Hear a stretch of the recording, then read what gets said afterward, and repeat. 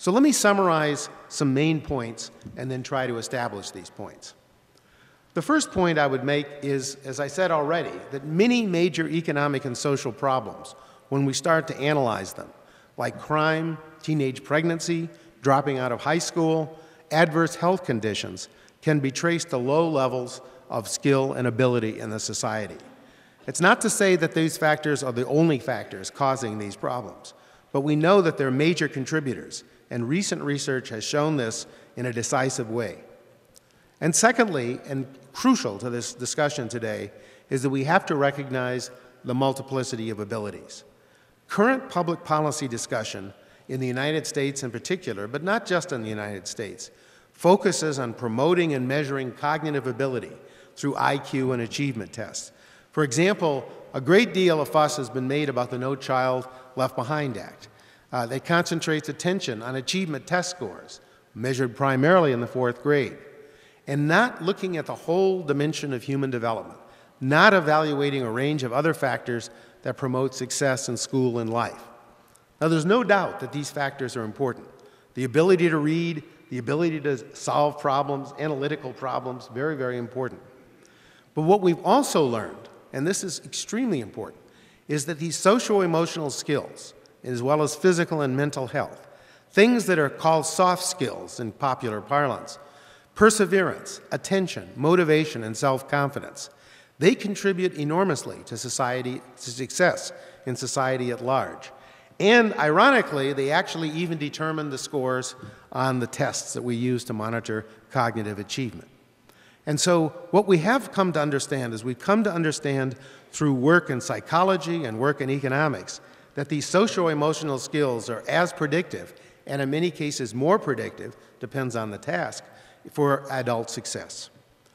Now, the other thing that's very worrisome in this dimension, though, is that ability gaps, whether in cognitive skills or whether in non-cognitive skills, between the advantaged and the disadvantaged open up very early in the lives of children.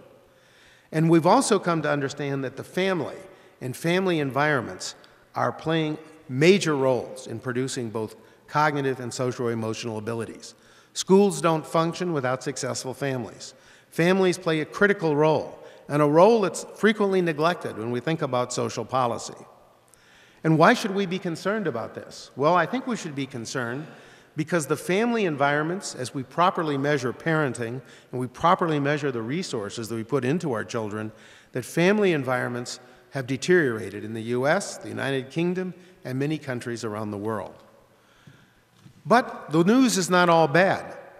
We have experimental evidence and evidence from a number of studies that are carefully documented, not just in human beings, but even in animal populations and other populations where we can actually study the process of development, parallel processes anyway.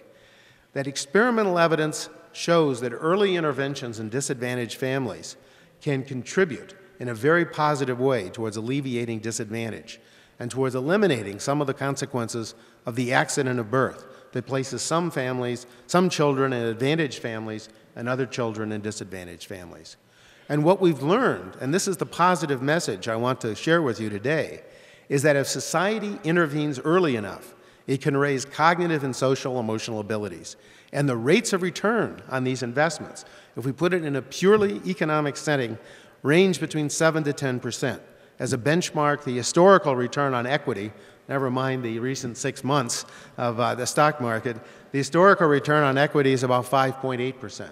So what we're dealing with is a rate of return on investment that essentially is very high, that competes with any social program, that's much better than infrastructure, much better than building bridges, much better than fixing potholes. Fixing people, creating a base for future productivity and motivation for the society has a very high economic and social return. And the positive news is that we can do something about our social problems.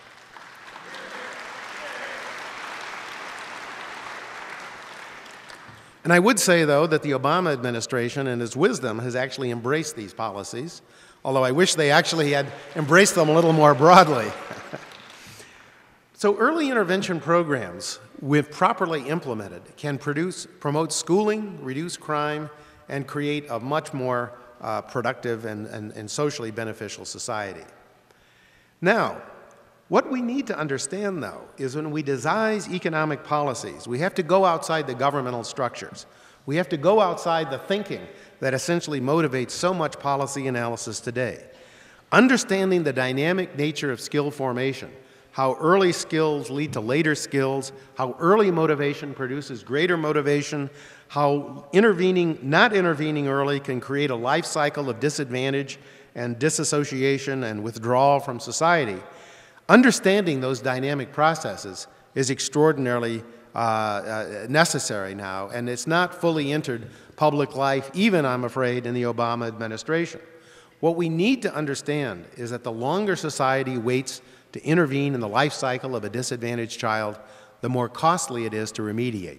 We can remediate, but we do know that many of the remediation programs that we actually use, convict rehabilitation programs, adult literacy programs, are exceedingly costly, and results have so far, at current levels of technology, been quite mediocre.